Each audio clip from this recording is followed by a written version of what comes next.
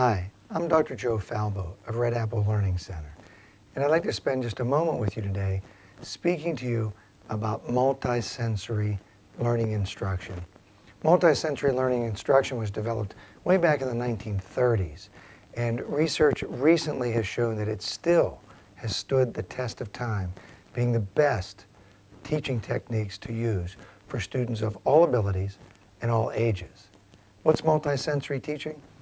Quite simply, using multiple senses to get the information into the student. We use their hearing, their sight, and even their sense of touch to instill the learning mechanisms for them. These are great techniques for dyslexics. These are wonderful techniques for any student on the autism spectrum with asbergers, PDD, and so forth. But they're great techniques for any student from the age of 3 all the way up. The multisensory techniques engage the student, which is really cool because it keeps them interested.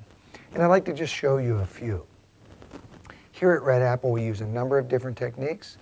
I'm going to start off with a technique from the Linda Mood Bell program. As we teach phonics, we teach the student to see what their mouth shape would be like when they make the sound. So if the student makes their mouth shape and mimics the air that comes through, like this is described as a lip popper, then they will make one of two sounds in our English language that go with this card.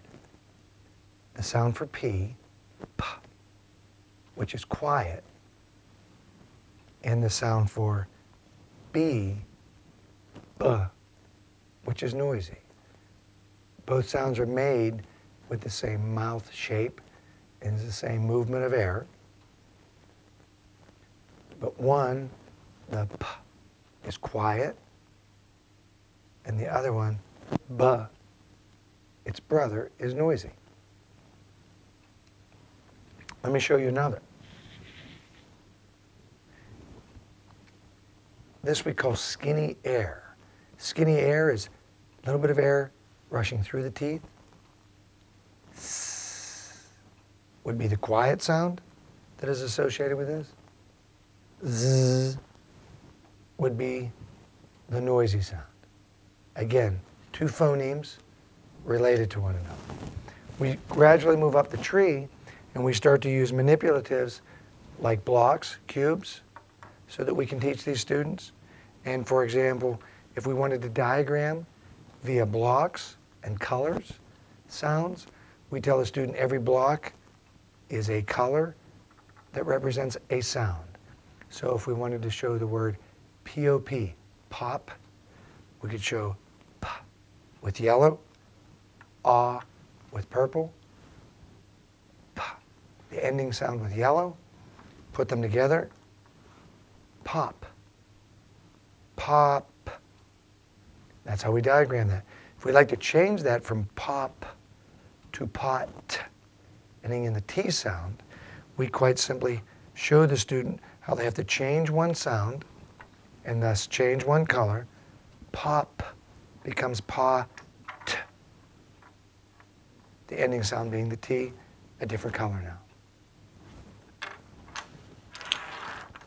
In addition to the multisensory, in that the students got to see their mouth shape, hear the sound, feel the vibration, manipulate the colors in the sound. We also use sandpaper letters. This is another part of our program.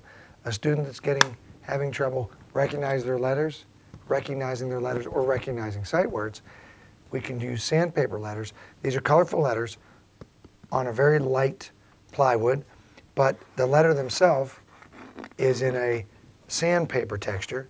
So as they run their finger over it, it gives them that tactile sensation of what the letter is. And they can chain those together and again make those into sight words, especially the sight words that are difficult for them. And that's multisensory. Stanford, Yale, many of the great learning institutions in the last 5 years have shown medically and educationally that this is the specific teaching technique that needs to be done over and over again on our students that need help.